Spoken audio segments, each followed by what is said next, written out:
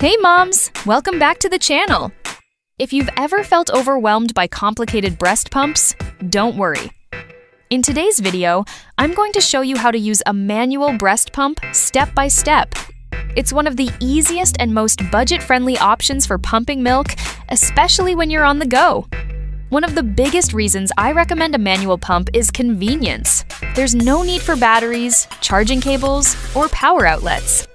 It's lightweight, quiet, and gives you complete control over the suction level. Whether you're traveling, at work, or simply need a quick pumping session at home, a manual pump can be incredibly helpful. Let's take a closer look at it. This pump has three main parts: the flange, the handle, and the collection bottle. Once everything is assembled correctly, you're ready to begin. Before pumping, find a comfortable place to sit. Relax your shoulders and take a few deep breaths. Being comfortable can make a big difference in milk flow. Next, place the flange over your breast and make sure your nipple is centered inside the tunnel. Press the flange gently against your skin to create a secure seal.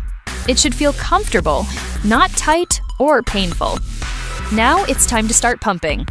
Hold the bottle firmly with one hand and slowly squeeze the handle with the other. Begin with gentle, steady pumps. This helps encourage your natural letdown reflex and can make pumping more effective. For the first minute or so, use a slow rhythm. After your milk starts flowing, you can pump a little faster if that feels comfortable.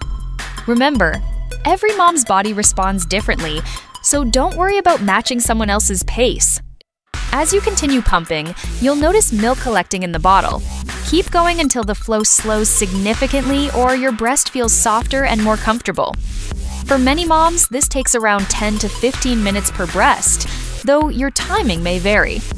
When you're ready to stop, gently release the seal by slightly lifting the edge of the flange. Avoid pulling the pump straight off while suction is still present.